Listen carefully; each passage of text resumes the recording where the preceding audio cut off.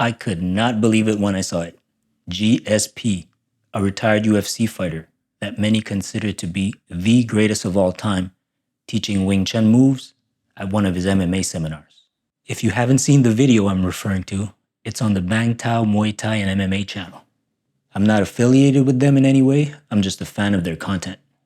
So what GSP says in that video is that against the Philly shell guard, he likes to grab the bottom hand and pin it to the opponent's body to neutralize that threat. Once this is done, he only has the backhand to deal with as a striking threat. So he waits for the opponent to strike with that hand, and then he defends it and counters. And the way he demonstrates this is to use Bong Sao to defend the strike, which he executes perfectly, and then he follows up with a series of chain punches.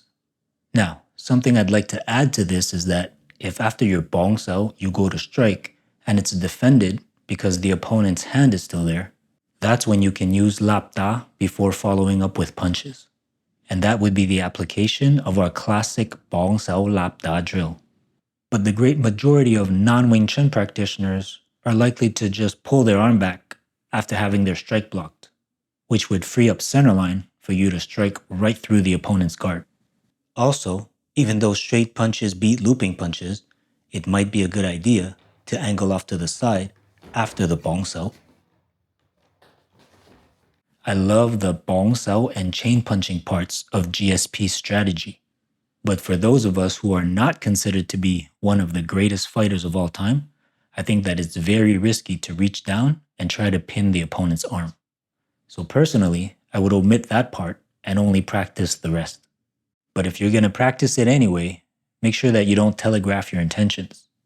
What I mean specifically is that before you reach out to try to grab the opponent's arm, don't stare at it. And don't start moving your hand in a way that shows that you're about to grab something with it. Because if you do, you're definitely going to get punched in the face. Now, if you'd like to see how a current UFC champion applies Wing Chun and MMA, click on this video right here, and I'll catch you in the next one.